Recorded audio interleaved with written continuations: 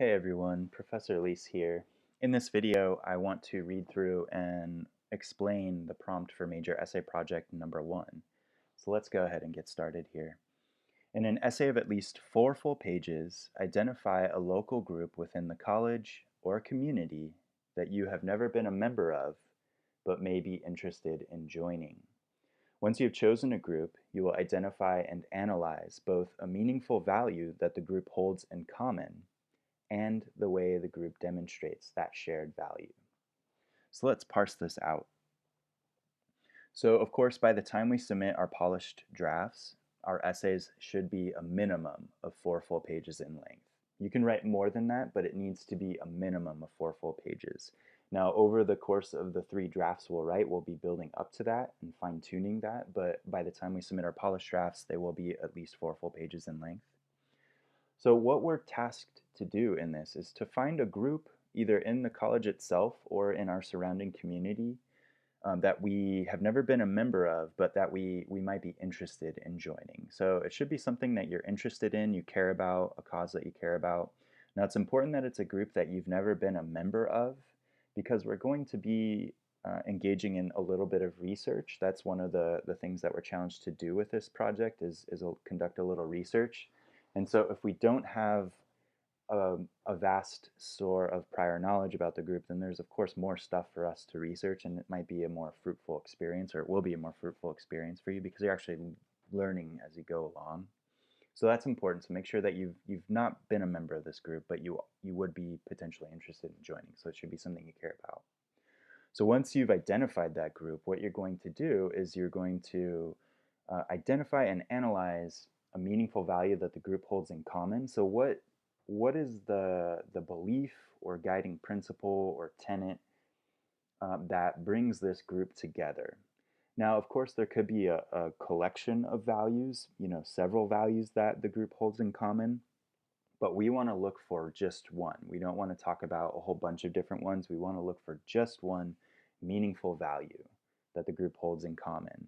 And then we also want to analyze that. We want to dissect it in order to understand it better, right? So what are all the intricacies of that meaningful value? What goes into that? And what does it look like? What are the characteristics of it? And then we want to identify and analyze how that group demonstrates this shared value. So what do the members of this group do, or what does the group as a collective do that demonstrates that shared value that they hold in common, right? So if it's some sort of club that gathers around a specific interest, whether it's music or anime or sports or politics or whatever the case is, what does that group actually do to demonstrate that shared value? Some groups it might be a little bit easier to recognize than others, right? So if it's some sort of community group that does something specific, like maybe hosts a food bank every Saturday, or does beach cleanups, or whatever the case is, those are pretty apparent. So of how they're putting that value into action, right? But you want to analyze and dissect that so you have a better understanding of it, right? So let's go ahead and continue here. This essay project is your chance to put into practice all of the concepts we've been reading and learning about so far this term. Be sure to review your notes and reread important selections we've covered from Everything's an Argument. Resist your familiar habits and practices as writers. Try something new and exciting, follow your curiosity, take risks, and attempt to have fun while composing this essay. So I don't mean this sarcastically or in jest. I really do encourage you to have fun while composing this essay. And that's why it's important to choose a group that you truly care about, because if you're interested in it, of course, you're more likely to enjoy the process, right? But I want you to resist your familiar habits and practices as writers. So I'm encouraging you to take risks, try new things in your writing for this. One thing that we want to keep in mind is, we are reading this textbook, Everything's an Argument, for a purpose, right? Not only so we can understand the content and how it applies to other people's writing or arguments, but also how it applies to our own, right? So we've been learning about some of the rhetorical devices, different styles of argument, the components that go into effective arguments. So we want to be conscious of that and how we're composing our essays and implementing those into our own writing. So let's continue on here. So for each essay prompt, there will be a list of challenges that we're trying to surmount in this given project. So let's go ahead and read through this list. For this major essay project, we are challenged to write an essay with a coherent and purposeful structure and organization. So what that means, coherent means that it logically connects, right? So one point logically connects to the next. It makes logical sense in that way. Purposeful means that we're actually thinking consciously about how we're structuring and organizing our points. We're making deliberate choices. Writing is about making choices, thinking consciously about how we're approaching things, how we're structuring and organizing our ideas. So that's what we're one of the things that we're trying to accomplish here. We're challenged to include specific and relevant examples and or textual evidence that help develop a central point. So the central point is addressing the main concern of the prompt, right?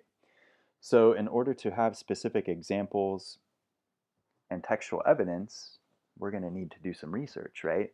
So if you're selecting a group that is affiliated with the college specifically, you might look on the college's website to see what's available there.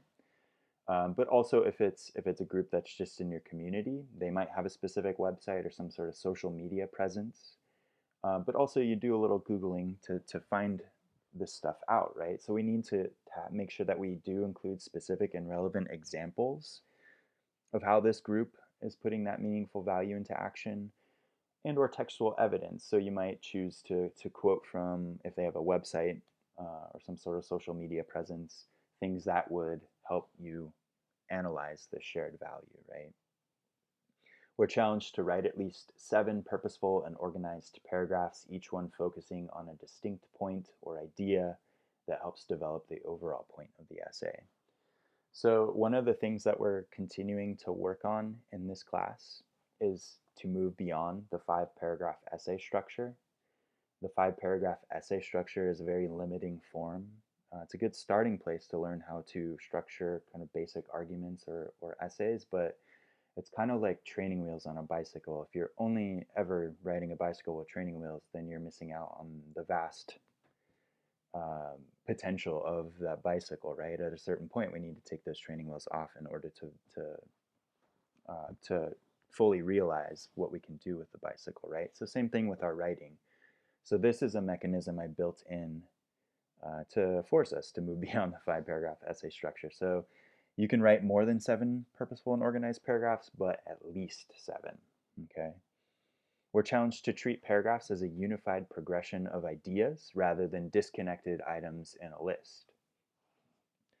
So what this means, a unified progression of ideas means that each point or paragraph connects to what follows in a way that's moving toward greater understanding or meaning, right? So they're all unified, they're all together and progressing toward that ultimate realization, right? Rather than a disconnected items in a list. So if we are doing this, I call this the listing effect, where we're just kind of treating each paragraph as its own little unit and not showing how it's connected to what came before it or what comes after. The 5-paragraph essay structure is kind of trained us to treat our points in that way. We got point A, point B, and point C. But really, a good essay is going to be a logical and unified progression of ideas reaching toward greater meaning, right? So in other words, we just want to show how everything is connected. We're challenged to show a strong audience awareness. So what this means, this goes along with what we are learning about in the first chapter of Everything's an Argument, the rhetorical situation. So in any given writing task, there's a host of variables that will determine how you approach that writing task, right? So one of the things that we need to keep in mind every time we sit down to write is, who is our audience? Who is going to be reading this, or who potentially could read this? So we want to think, what are the expectations of those readers? What do we think they need to know? What do we think they want to know? What do we think they already know? And how are we best going to get that information across to them, right? So we want to anticipate that. Who is our audience? Now, most directly, it's me, the professor, reading this paper, right? Of course. But you want to envision a broader audience. So you might think your fellow colleagues, right, in the class. You might think people who are also interested in this particular group. You might think people who are already members of this group. All of those people have different sets of expectations that we need to make sure that we're addressing.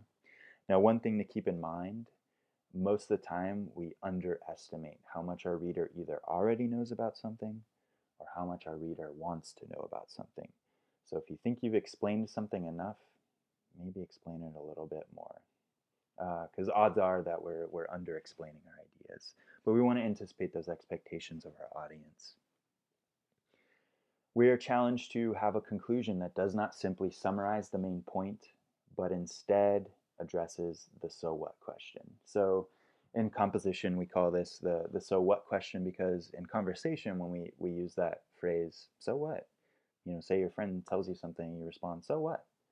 What we mean is, why does this matter to us?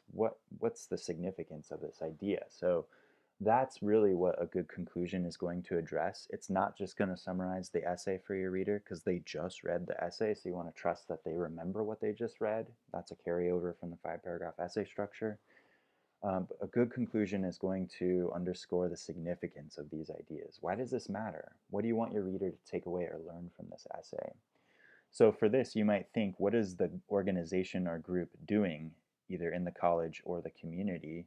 And you might tie that to why it's significant, right? So if it's some sort of social issue, or maybe good for the community, or maybe just some way of building belonging for certain members of the community, whatever it is, you want to underscore the significance of this. Why do these ideas matter? Why did we just spend time reading about this organization and their shared value and how they express that? We're challenged to create a purposeful title that alludes to the focus of the essay. So this is important. Titles should not be squandered. When you think about it, it's the first thing your reader is going to encounter with your essay. So you want to make your title count. So a purposeful title that alludes or hints to the focus of the essay. So when your reader reads that title, they can get kind of an understanding of the content of your paper. And ultimately, titles kind of act as an attention grabber in some respects. If the title's not very captivating, why read the essay? In some cases, some readers think that way. So don't squander your title. It's very important. I definitely don't want to see any titles like Essay 1. Definitely not. Okay, so we're challenged to show ownership and pride over our work, taking care to eliminate major or distracting spelling, grammatical, and typographical errors. What this means here is that we are showing our readers that we care about the work that we're producing. So whether we like it or not, the things that we produce and put into the world are representations of ourselves, right?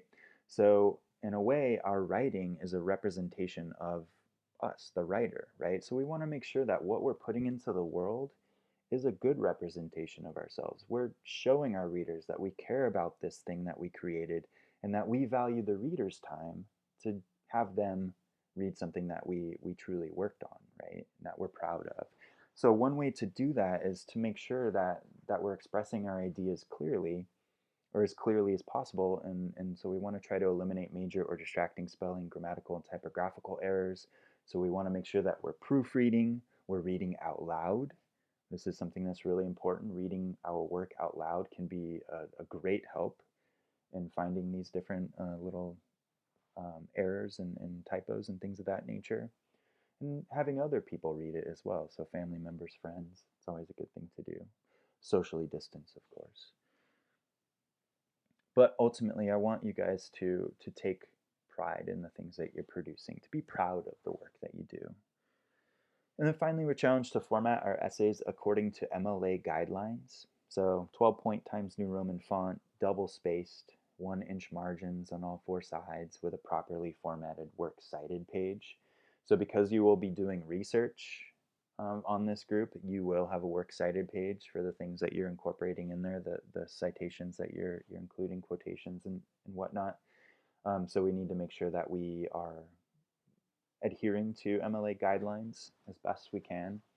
Our textbook, Everything's an Argument, has a section near the kind of the back portion of the book that deals with MLA guidelines, but I will also post some resources for the class in the modules. But we want to make sure that we're formatting our essays according to those guidelines there. Now the due dates, I'm making this video for several classes, so the due dates are different for each of these classes, but what I want you to do is look at your individual prompt in the module. The due dates are listed there, and on the modules themselves, you can see the due dates for that. Now just to note, for this major essay project, you must submit all drafts by expected deadlines in order for this project to be considered complete. If you cannot meet an expected deadline for any one of these drafts, refer to the project deadlines and submissions policy in the syllabus. So we have 3 drafts for this: draft 1, draft 2, and the polished draft. In order for major essay project 1 to be considered complete, we need to have all 3 drafts submitted. So if you are unable to meet a particular deadline, you're going to need to go check out that policy in the syllabus, okay? Because this is really important. You can't skip any of the drafts and expect your project to be considered complete. So we want to make sure that we have all 3 of those drafts submitted. So yeah, good idea to review this policy in the syllabus.